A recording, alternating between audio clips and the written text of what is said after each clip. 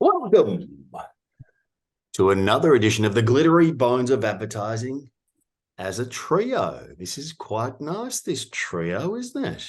Good old trio of dips is back.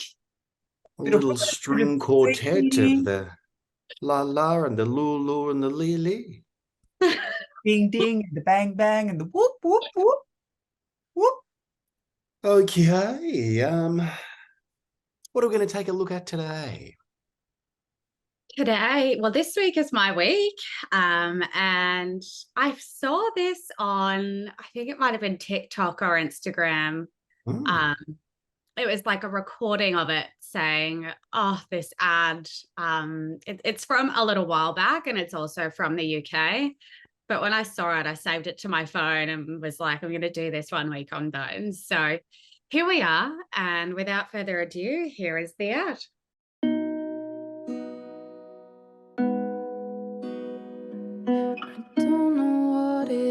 Makes me love you so.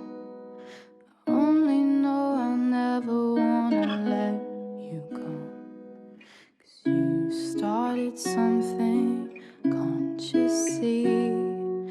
But ever since we met, you've had a hold on me. It happens to be true. I only wanna be with you.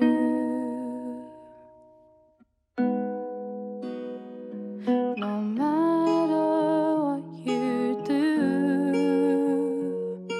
I only wanna be with you. Rehome a Dog's Trust dog and change a life forever. Hundreds of dogs are still waiting for their special someone.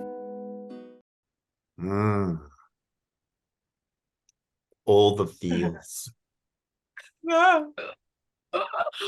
I want a doll that looks like me. That was so good, the doll. And he always shakes it and he puts his hand out and he like connects with the doll before he sees his human. You've Or her already human, got whatever the dog Kara got you a bobblehead doll, didn't she? Yeah, I think so. It didn't look anything like me, but yeah, I think so. Well, you are hard to match in bobblehead form. I don't know. You know, we can definitely say that this one really did hit the feel button and was pretty exceptional. I thought the way they put it all together was great. Very good. Really gave me the feels and does what it's supposed to do. Will I go out and adopt another dog tomorrow? No. But not because of that, because I've already got too many of the stinking mutts here. I think like regardless of if you like it makes you want to adopt a dog or not, I think it makes like for those who have dogs, it also almost Subtitle makes you think about your dog. It makes you feel like grateful for them. Like they're just fucking awesome little things. And how lucky are we to have them in our lives? I thought it was beautiful. I thought the casting of the dog was fabulous. I thought he was so, a little bit kind of scruffy, not your perfect kind of dog, I guess maybe representative of like dogs that are up for adoption as well. They're not your like fancy dogs. But I thought he was so gorgeous and really, got you in the feels. I thought the music was exceptional, like the choice of song. And I thought it was interesting the play on like the owner being a toy. I thought was quite a cute way to look at it. Like, it was perfect. It really was perfect in every way. I loved it. Makes me want to like cuddle Freddie. Like, where's Freddie? The reason I picked it is obviously I love dogs, but I thought it was a really, really good, in advertising, and we see it all the time where people put their brand color throughout the ad somehow. Yep. And often it's way too obvious. Like it's not a subtle enough subliminal representation of it. If you rewatch the ad, in every scene, there is something yellow, but it's so subtle. And like in the background, even his little dog bowl in his cage is a yellow circular bowl. He's got a yellow collar. He's got a little yellow ball on his collar. And then when you look at the logo, it's a yellow circle. So they were bringing through like those yellow circles subliminally through the ad, which I thought was really, I didn't notice it until I watched it a few times. It was so subtle that you don't even know. Yeah. Is that a bad or is that a good thing? But the casting of the dog as well, like you say, Caro, very representative of perhaps the dogs that are up for adoption, but his ears and his face is almost identical to the logo dog, the dog that's in their logo. So, yeah, I mean, you almost don't notice those things because you're so wrapped up in like the cinematography and the music and the beautiful storytelling. But yeah, it sounds like someone with a bit of I guess brand a bit of a brand head on put those things in and put that thought into it to really tie it together, which I thought was pretty cool. Yeah, nice, good, very good, clever to be able to do that. All those cues are the things that are designed to make you remember that brand, isn't it? When you're ready to go, I need a dog. What's that yellow brand dog with the yellow things all through it, the yellowness? No? But Pedigree? Pedigree Pal. That's what I think of when I think of a yellow dog. Pedigree. Do you? I think of Big Pooh when you think of Pedigree Pal because it's just rubbish going through their system and just leaving this massive steaming pile of poo. When I think of a yellow dog, I think of Spot the dog. Do you remember that book? Yes. Oh, do I remember it? Bloody Spot. It was lovely. That's good job. Great find. Loved it. That's a lovely segue into a completely different question about advertising that we'd like to pose today. I found it really hard to find a question that related to the ad. So I just went completely elsewhere. Perfect. So this week's question is quite timely. Barbie has just come out in the cinemas here in Australia on late last week. And there's been lots of debate in our office and also with everyone that I've been chatting to about who's going to win at the box office, Barbie or Oppenheimer. So I thought for my question this week, if we're looking at purely the marketing efforts, who do you think is going to win at the box office, Barbie or Oppenheimer? I think Barbie's spent like a lot more money on marketing. I don't have the exact stats. I could Google it. But like I remember reading something about like 1 in 5 brands internationally has picked up on Barbie and run some kind of promotion relative to Barbie. So in terms of that, like I think Barbie's the clear winner. Yeah. Question? Easy question this week. I haven't really seen a lot of anything from either of them because I'm probably not the target market. I mean, Barbie, I might have said to you girls, I did see it in one of the shopping centers. There was a massive Barbie display, but I'm not sure whether that was because of the movie or whether that was because of Barbie. I presume it was because of the movie, but I would say based on spend, Barbie has definitely outspent.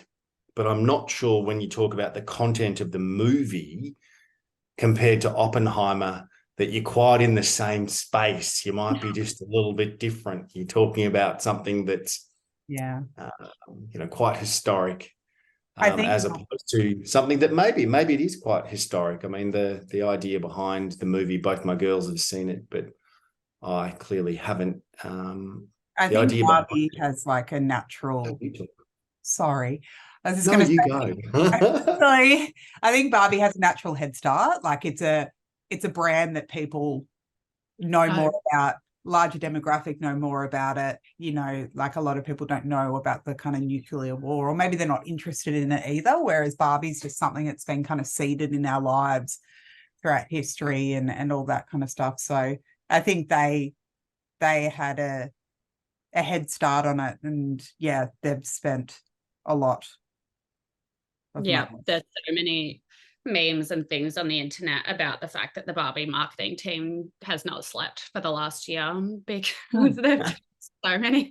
I think they've done really, really well though at getting other brands shopping centres, food outlets to jump on board and almost give free PR to the movie as well. Like there's a lot of people running competitions and activations and all that kind of stuff, which I'd assume wouldn't have any actual connection to Mattel or like any, they wouldn't have been given money to do that. It's all been this kind of organic campaigning that other brands have done on behalf of Barbie as well, which is amazing. Like, good on them.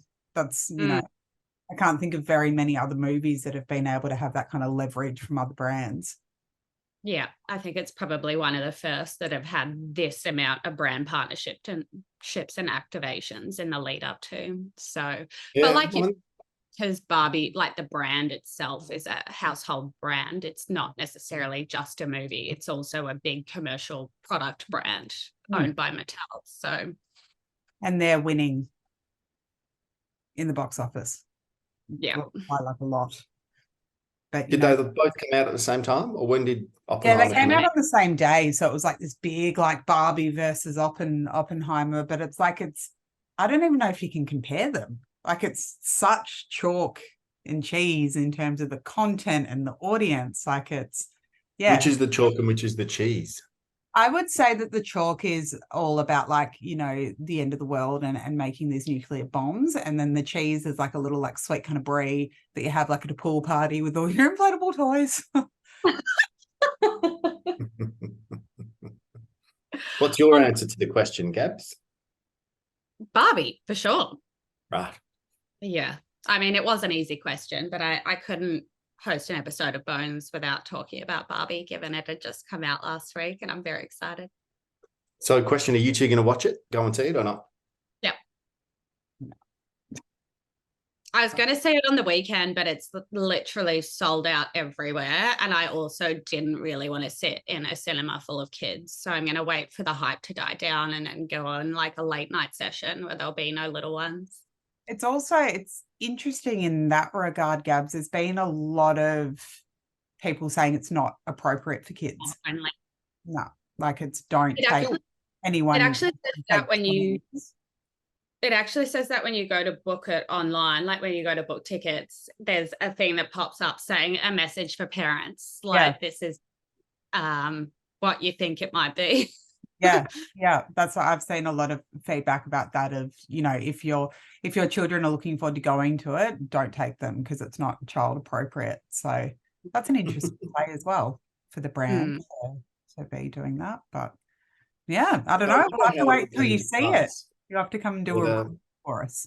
Whether someone from Mattel or whether it was a director that decided, I wonder how it all happened, because I would hazard a guess that it wouldn't have been Mattel championing a movie. So I would say that's the writer then went to Mattel or the other way around. I wouldn't have expected Mattel, as I said, but I would say that they would have done that and then Mattel would have looked at it and thought, is this appropriate for our brand? And I think it's interesting to see that if there's a message coming up prior to booking to say this isn't appropriate for children, whereas Barbie obviously is marketed towards children.